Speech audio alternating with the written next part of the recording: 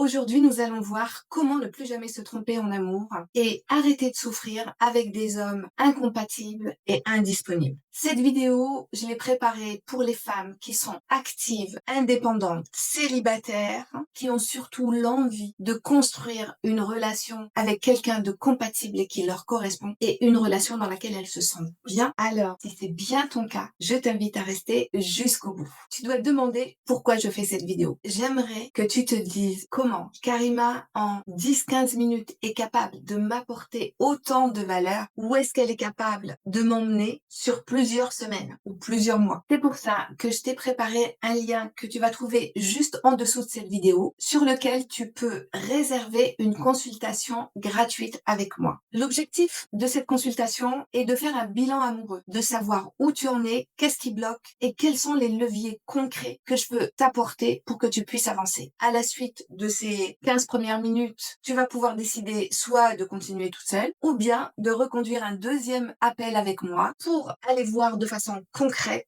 comment ces leviers peuvent être mis en action pour que tu ne te trompes plus dans tes choix et que tu puisses rencontrer enfin un homme qui soit compatible avec toi et avec qui tu te sens bien. Tu peux faire pause tout de suite et profiter de ta consultation offerte. Avant d'aller plus loin, si tu ne me connais pas encore, j'aimerais me présenter rapidement. Je m'appelle Karima Abbassi, je suis coach mentor depuis maintenant plus de 15 ans. J'ai accompagné à ce jour plus de 3000 femmes et ces dernières années, je me suis concentrée uniquement sur les enjeux amoureux grâce à la méthode Namaera. La méthode Namaera, c'est la méthode que j'ai créée d'abord pour moi parce que force est de constater que j'ai eu, moi aussi, je me suis beaucoup trompée dans mes choix amoureux. J'ai beaucoup cherché à comprendre, à trouver des réponses, à me corriger. Et c'est comme ça que la méthode Namaera est née. Toutes ces femmes que vous voyez là, ce sont des femmes qui ont transformé leur vie amoureuse, qui ont été célibataires pendant 10 ans, 20 ans de leur vie. Elles sont en couple, mariées parfois, fiancées. Je pense à une des femmes que j'ai accompagnées, la dernière fois qu'elle a été amoureuse, ça faisait plus de 25 ans. Elle avait jamais revécu avec quelqu'un. D'ailleurs, elle n'y croyait plus. Elle avait même essayé des agences matrimoniales. 3 mois après, elle rencontre l'homme de sa vie. Et aujourd'hui, ça fait plus de 2 ans qu'ils sont toujours ensemble. Je pense à une autre jeune femme qui récemment, 7 mois après son accompagnement, aujourd'hui est fiancée. Elle a 35 ans. C'était la première fois qu'elle trouvait quelqu'un qui lui correspondait vraiment et avec qui elle pouvait s'engager dans une relation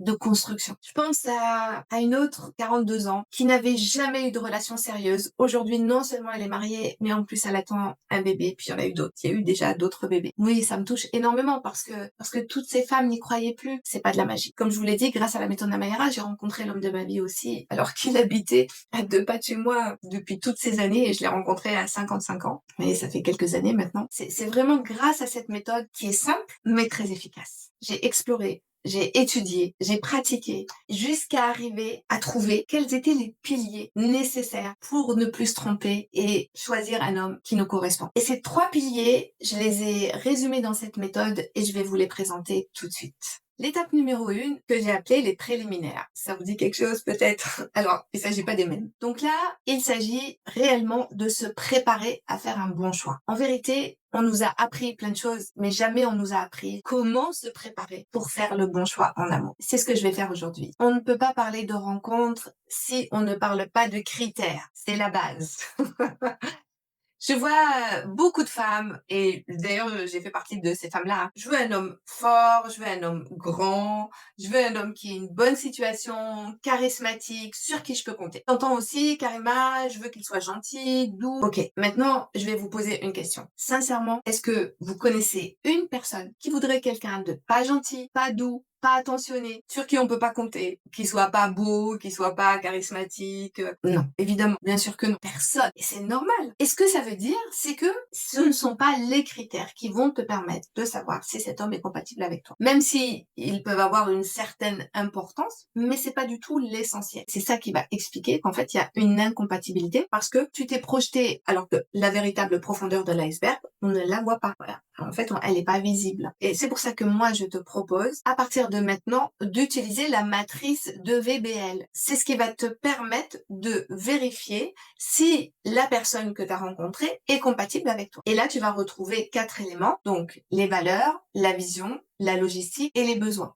Première question que tu dois te poser, de quoi est-ce que j'ai besoin dans une relation pour me sentir bien et en sécurité? C'est important de le savoir avant. Et ce qu'il faut savoir, c'est que à chaque fois que toi, dans une relation, tu te sens triste, en colère, frustré, pas bien, c'est que forcément, il y a un de tes besoins qui n'est pas nourri. Ensuite, les valeurs. Les valeurs, là, je parle pas du tout des valeurs universelles, dites aussi morales. Là, je te parle vraiment des valeurs intimes, des valeurs très personnelles. Et ça, comment tu le vois? C'est par rapport à tout quand tu regardes ta vie, tu regardes où est-ce que tu investis le plus de temps, le plus d'énergie, le plus d'argent, qui te passionne au quotidien. C'est important que ce soit compatible. Imaginons, on prend l'argent. Je me rappelle, des personnes que j'ai accompagnées qui me racontait qu'elle, l'argent, elle gagnait bien sa vie, elle me disait: «Moi l'argent, c'est important pour me faire plaisir, pour faire plaisir aux gens que j'aime, à dépenser dans les voyages, resto, shopping, etc. Pour autant, c'était quelqu'un de raisonnable et pas dépensière, mais l'argent, c'était pour ça. Et en face, elle avait un conjoint qui était tout le contraire, qui lui, un centime était un centime, qui ne dépensait rien, qui était plutôt dans la restriction. Et donc, forcément, au bout d'un moment, ça crée des tensions, voire des conflits.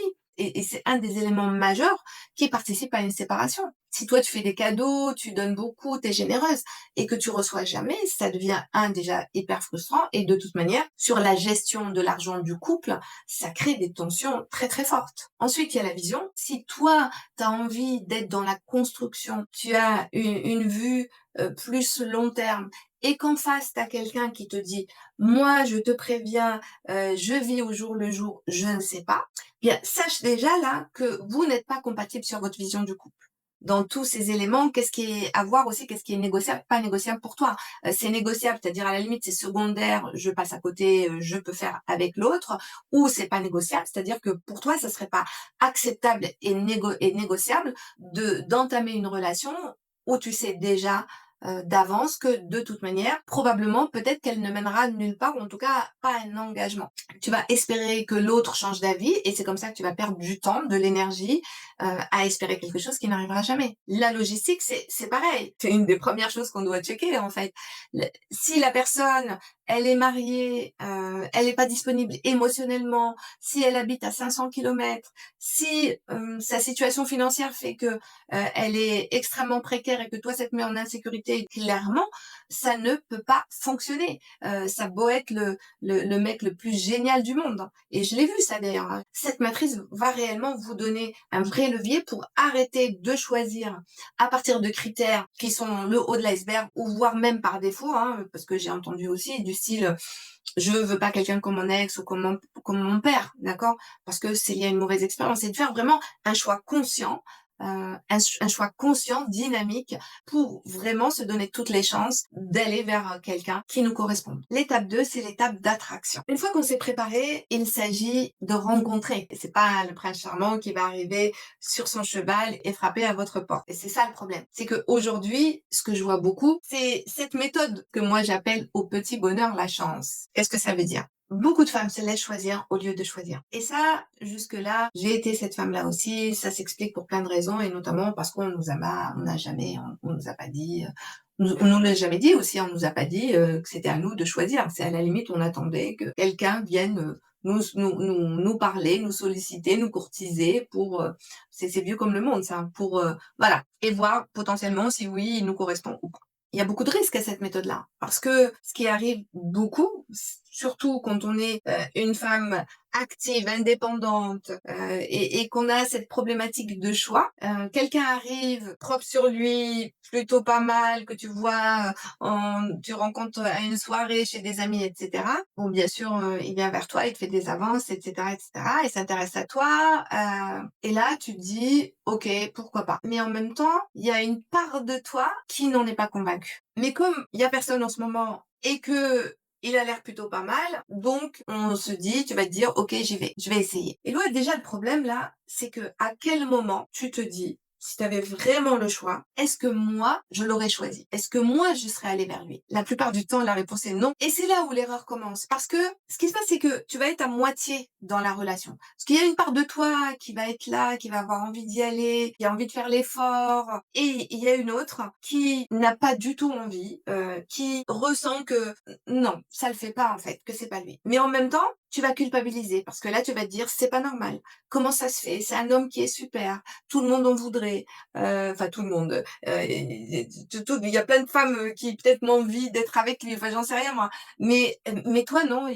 Rien qui fait, tu n'arrives pas à ouvrir ton cœur. Et là, tu finis par te dire, bah, d'abord, tu finis par te dire, bah, le problème, c'est toi, et que tu commences à douter vraiment de ta capacité à aimer. Et là, tu penses que c'est toi qui as un problème, c'est toi qui a le cœur dur et qui ne sait pas aimer. Alors que c'est pas du tout ça. Le problème au départ, il vient du fait que toi, tu t'es laissé choisir et que tu n'as pas été actif dans le processus de décision. Je te propose de reprendre les rênes et que ce soit toi qui devienne celle qui choisit. Alors comment? Eh bien, en créant des opportunités de rencontres qui soient naturelles, qui te conviennent. Et surtout, ce qui va être très important aussi, c'est d'être dans la posture de la femme qui ne cherche pas un résultat. Parce que, très important, parce que si voilà, si tu regardes, comme beaucoup, je vois, comme beaucoup de femmes, tu regardes coûte que coûte, tu veux coûte que coûte arriver à concrétiser la relation, à savoir que c'est pour la vie, etc., ça ne fonctionne pas. Donc là, ça va être important que toi déjà t'apprennes à lâcher prise, à te détacher du résultat, à faire des rencontres, être dans la découverte comme un jeu et à être vraiment dans le plaisir de la rencontre. Évidemment, dans la rencontre, deux personnes qui potentiellement pourrait être compatible avec toi, d'accord? Et c'est justement ça, le fait de reprendre les rênes, c'est toi qui vas aller vers les hommes, c'est toi qui vas les choisir.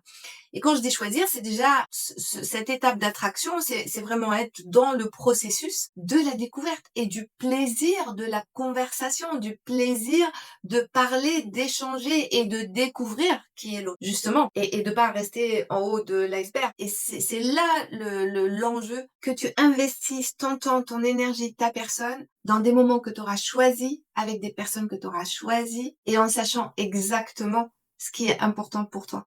Et c'est là où tu vas te donner toutes les chances de trouver, d'attirer, rencontrer, trouver et reconnaître cette personne, la personne qui te correspond vraiment. Et tu vas arrêter de perdre du temps avec tous ces hommes que tu n'aurais pas choisis, qui sont indisponibles et qui sont incompatibles. Enfin, on arrive à l'étape de confirmation. Une étape, évidemment, tu l'auras compris, primordial. Et là, moi, ce que je te propose, c'est que tu puisses en finir avec moi, ce que j'appelle le syndrome des 3 P. Je me projette, je parle trop, et je crois aux promesses. Tu rencontres quelqu'un, comme tu veux pas perdre de temps, t'arrives, tu dis ok. Là, t'annonces la couleur, tu dis ok mon gars, moi je veux une relation sérieuse, je veux pas perdre de temps. Et là, évidemment, toi, inconsciemment ou consciemment, tu attends qu'ils te disent oui, oui, oui, d'accord, et ou non, non, non, bah dans ce cas, au revoir. Alors, et c'est là le piège, parce que en face, t'as quelqu'un, c'est assez rare que quelqu'un te dise non, je veux pas de relation sérieuse.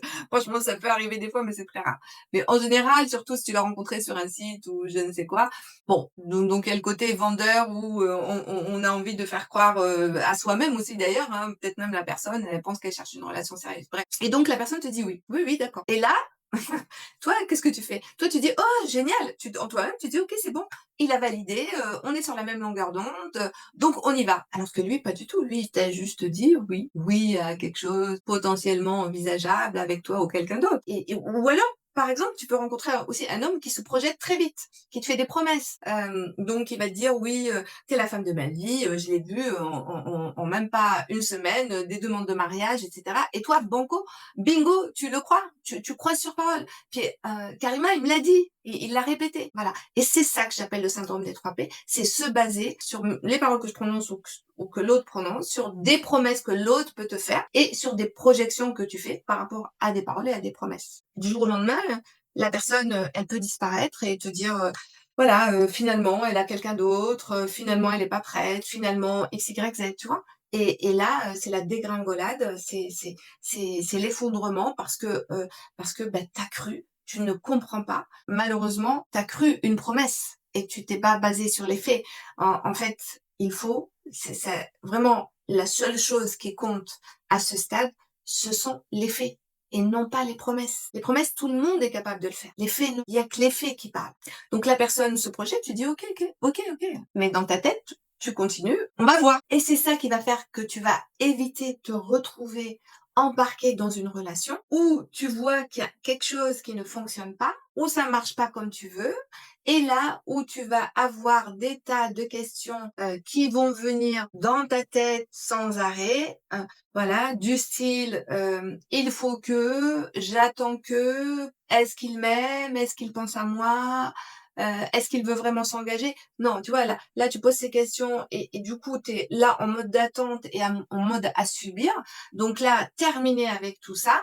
Quand tu reviens dans l'observation, et là, pareil, tu vas voir, il y a une matrice d'observation avec des questions stratégiques à poser. Donc, des questions d'alignement, tu vas avoir des questions d'alignement stratégique et amoureux qui vont t'aider à aller vérifier ce dont on a parlé tout à l'heure, par rapport à la matrice, checker par rapport à la matrice. Est-ce que sur les valeurs, besoins, vision, logistique, est-ce que vous êtes compatibles? Tu vas écouter, tu vas observer. Est-ce que cette personne, elle tient ses promesses? Est-ce que quand on a fixé des rendez-vous, est-ce qu'elle est présente? Est-ce qu'elle est engagée?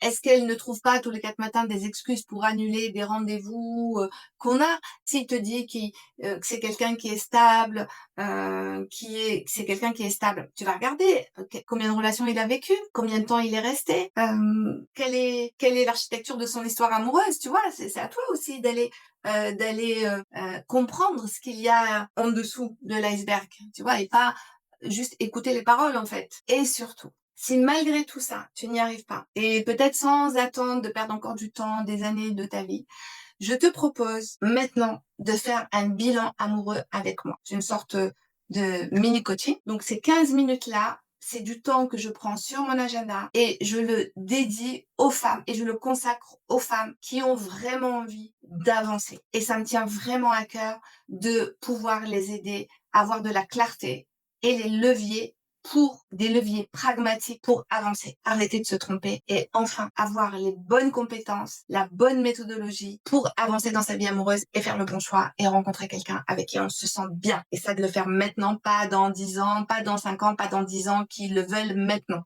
Alors, tu vois, en même temps, je te cache pas que de toute manière, j'ai beaucoup de demandes. Donc forcément, je vais faire du tri. Mais surtout, je t'invite à confirmer ton rendez-vous sur WhatsApp. C'est hyper important. D'accord?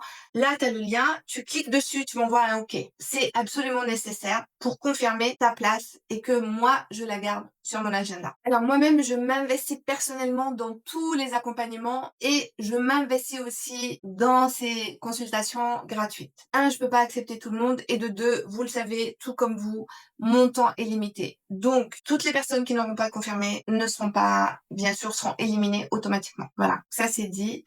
Voilà, c'est pour ça que je t'invite vraiment, si aujourd'hui tu es dans cette démarche sincère, que tout ce que je viens de te présenter fait sens pour toi, je t'invite tout de suite à caler ce rendez-vous avec moi et à envoyer ton OK sur mon WhatsApp personnel. Tu as le lien de mon WhatsApp qui est juste en dessous de cette vidéo. Et moi, je suis absolument ravie de pouvoir te rencontrer. Je me réjouis de cet échange que nous allons voir parce que pour moi, à chaque fois, c'est un moment fort où j'entends une histoire, je rencontre une femme et je sais que là, il y a vraiment des nouvelles portes qui s'ouvrent vers une transformation possible. Et pour moi, c'est ça qui me nourrit au quotidien.